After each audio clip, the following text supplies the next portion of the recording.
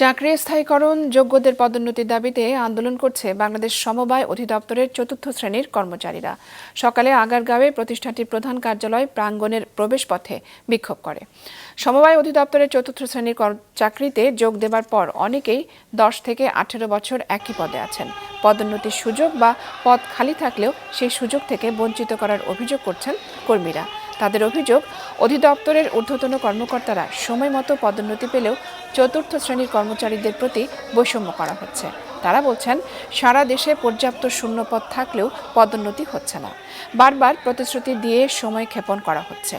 বৈষম্য বিরোধী বাংলাদেশে সমবায় অধিদপ্তরের কর্মীদের যোগ্যতা অনুসারে পদোন্নতি দেয়া না হলে কঠোর আন্দোলনের হুঁশিয়ারি দেন তারা। যখনই আমাদের পদোন্নতির সময় আসে, আমাদের সময় নেওয়া হয়, আমাদের পরীক্ষার ডেট করা হয়, তখনই একদল অশুভ এইটাকে করে কি আমাদের বিভিন্ন নামে বদনাম রটায় আমাদেরকে বন্ধ করে দেয়। এখানে কারো 18 বছর, কারো 17 বছর, কারো 22 বছর আছে। 2004 সাল থেকে শুরু করেই সকলে বৈষম্যের শিকার, সবাই আমাদের সাথে আছে। কিন্তু ইতিপূর্বে সকল পদের প্রমোশন হয়, আমাদের পদে আসে না। এবার আমাদের প্রমোশনটা দিতে হবে এবং নিয়মতান্ত্রিকভাবে দিতে হবে, যাতে যারা আমরা বৈষম্যের শিকার, আমাদের যখন যার যখন ডেট হবে ওই ডেটে প্রমোশনটা দিতে হবে।